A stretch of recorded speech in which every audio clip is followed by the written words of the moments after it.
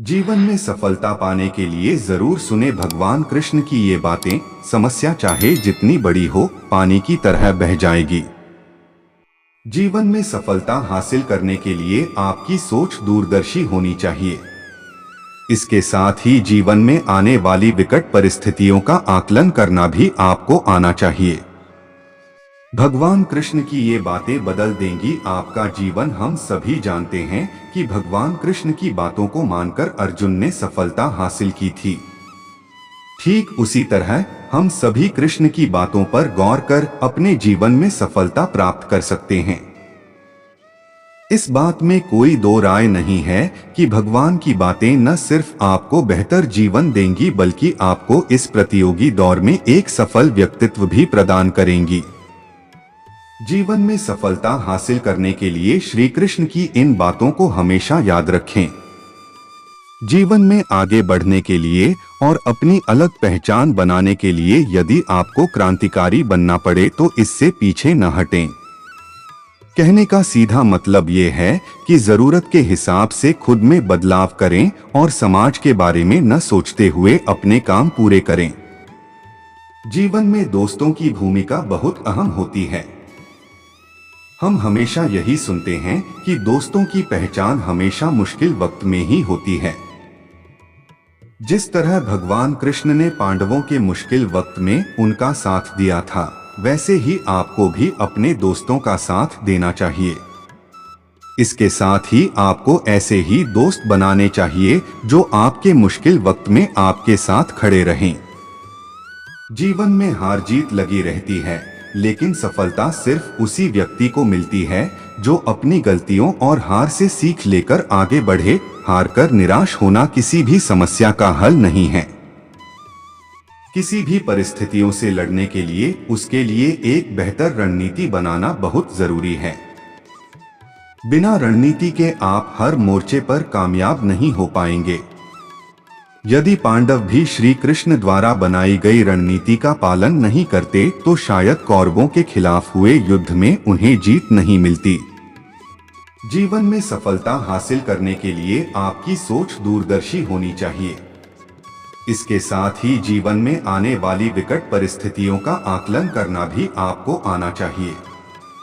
व्यक्ति के जीवन में आए दिन मुश्किल परिस्थितियों का सामना करना पड़ता है। श्री कृष्ण पांडवों को बताते हैं कि हमें खराब हालातों में हार मानने के बजाय उनका सामना करना चाहिए, क्योंकि ऐसा करने से ही हमारे मन में बैठा डर खत्म होगा और जब एक बार डर निकल जाता है तो व्यक्ति किसी भी हालात को सफलतापूर्वक पार कर सकता है। जीवन में सफल बनने के लिए व्यर्थ की चिंता के साथ साथ भविष्य के बारे में भी नहीं सोचना चाहिए। हमें हमेशा अपने वर्तमान को बेहतर बनाना चाहिए। यदि आप अपने वर्तमान को संवार लेते हैं तो आपका भविष्य अपने आप ही बेहतर बन जाएगा। इसके अलावा जीवन में कभी भी अनुशासनहीन नहीं होना चाहिए। आज के इस समय में लोग अपनी आय के हिसाब से खर्च करते हैं, लेकिन ऐसे में जरूरत पड़ने पर उनके पास पैसे नहीं होते। किसी भी तरह की मुश्किल आर्थिक परिस्थितियों से बचने के लिए हमेशा सोच समझकर खर्च करना चाहिए। कभी भी ऐसी चीज खरीदने में पैसा खर्च न करें जिसकी आपको जरूरत न हो। सारी दुर्जनता निर्बलता की ही देन है, जिसमें कोई शक्ति नहीं है। इसलिए साहस सबसे बड़ी सबलता है।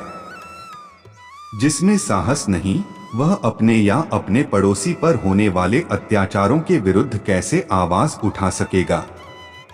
अत्याचार सहन करना, उसे समाज में होते देखना भी कम बड़ा अन्याय नहीं है। इससे दूसरों को अन्याय करने का प्रोत्साहन मिलता है। इस संघर्ष प्रधान संसार में ससम्मान जीवित रहने का हक उन्हीं को है जो शक्तिवान है। शरीर और मन दोनों की अशक्तता कौन अधिक बड़ा अभिशाप है, यह बताना कठिन है, पर इन दोनों शक्तियों का समन्वय ही सफलता का कारण रहा है। संसार में अनेक दुष्कर्मों को पाप की संज्ञा दी जाती है।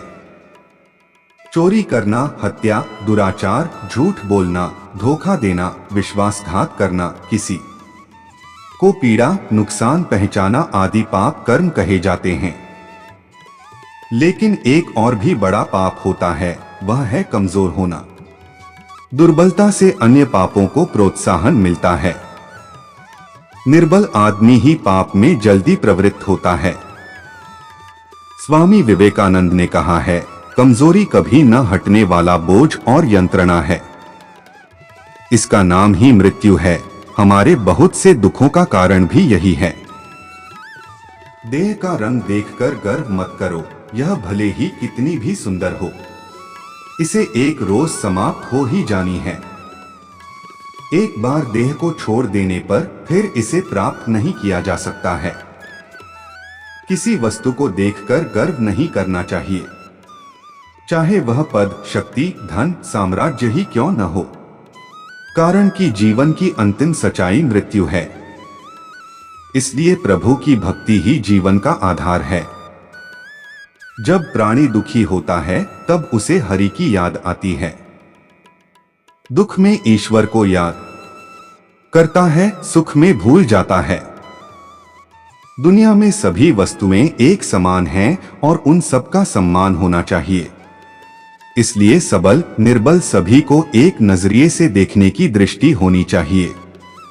एक कहावत है कि दुर्बलता एक अभिशाप है, क्योंकि ऐसा व्यक्ति ही हर तरह की मार खाता है।